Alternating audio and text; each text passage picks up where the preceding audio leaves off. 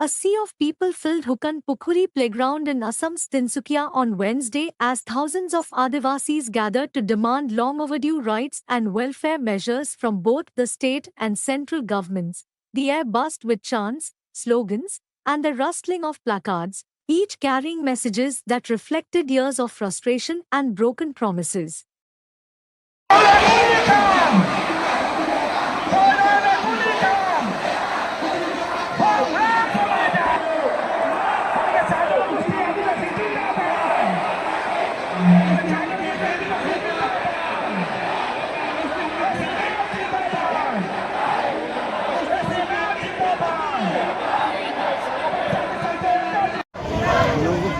लोगों का आना संभव हम ही नहीं खत्म नहीं है।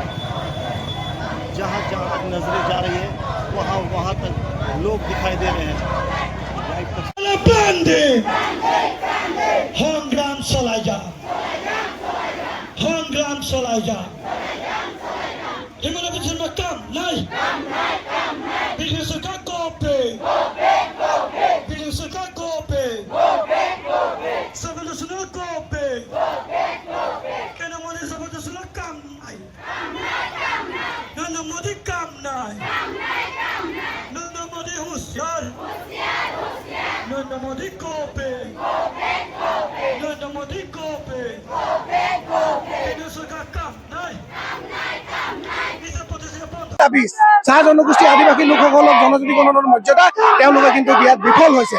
লগতে আমি ক'ব লাগিব যে এই চাহ জনগোষ্ঠী আদিবাসী মানুহসকলে যিটো ভূমিত থাকে তাৰ কিন্তু পটা আজিলৈকে তেওঁলোকে দিবলৈ ব্যৰ্থ হৈছে।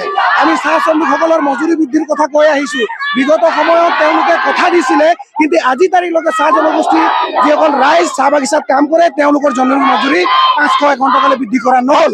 গতিকে আমি এই প্ৰতিবাদী সমদলৰ যোগেদি চৰকাৰখনক আমি সকীয়াই দিব বিচাৰিছোঁ। অতি শীঘ্ৰে এই তিনিটা যি দাবী আছে তাৰ ওপৰত যদি ব্যৱস্থা লোৱা নহয়, চাহ জনগোষ্ঠী ৰাইজ আদিবাসী ৰাইজ কিন্তু শান্ত নাথাকিব। আজি গোটেই তিনিচুকীয়া জিলাৰ যিমানবিলাক চাহ জনগোষ্ঠী আদিবাসী এলেকা আছে চবৰ পৰা মানুহ আহিছে। কতো কোনো মানুহক আমি কাম বন্ধ কৰিবৰ কাৰণে কোৱা নাই, কিন্তু স্বতঃস্ফূৰ্তভাৱে সকলো ইণ্ডাষ্ট্ৰী সকলো বাগিচা বন্ধ কৰি পেলাই ৰাইজ ওলাই আহিছে।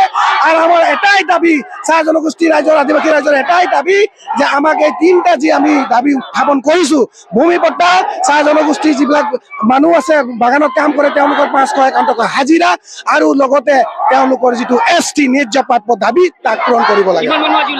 প্ৰায় 1 লাখ মানুহৰ অধিক হ'ব মানুহ, আমি অনুমান কৰিছোঁ যে 1 লাখৰ ওপৰত হ'ব। আজি আমাৰ তিনিচুকীয়া জিলাৰ তিনিচুকীয়া বিধানসভা সমষ্টিত মহিলা উদ্যমিতা আঁচনিৰ ধন বিতৰণ হ'ল। ইয়াৰ আগতে আমি মাৰ্ঘেৰিটা সমষ্টিত এই আঁচনিৰ ধন বিতৰণ কৰিছিলোঁ। নৱেম্বৰ ডিচেম্বৰ মাহৰ ভিতৰত আমি তিনিচুকীয়া জিলাৰ বাকীকেইটা সমষ্টিতো এই আঁচনিৰ ধন বিতৰণ কৰোঁ।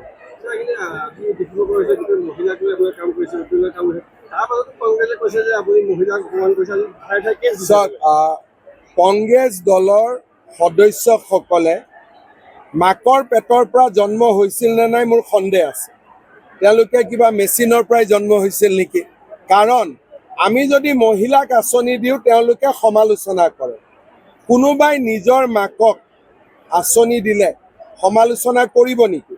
কাৰণ আমিতো সকলোৱে মাকৰ পেটৰ পৰা জন্ম লৈছোঁ। গতিকে কংগ্ৰেছ দল নিশ্চয় এই আমাৰ সাধাৰণভাৱে জন্ম হোৱা পাৰ্টি নহয়, কিবা বেলেগ ধৰণে জন্ম হোৱা হ'ব।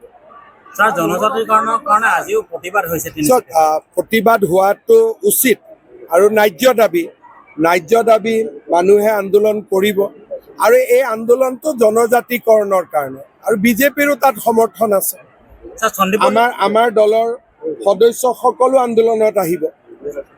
আমিতো এই আন্দোলনত বিজেপিও জড়িত আছে। আপোনালোকে টিভিত চাব, মইতো শুনা নাই, মইতো মিটিঙতে আছিলোঁ। আপোনালোকে টিভিতে চাই ল'ব, হ'ব।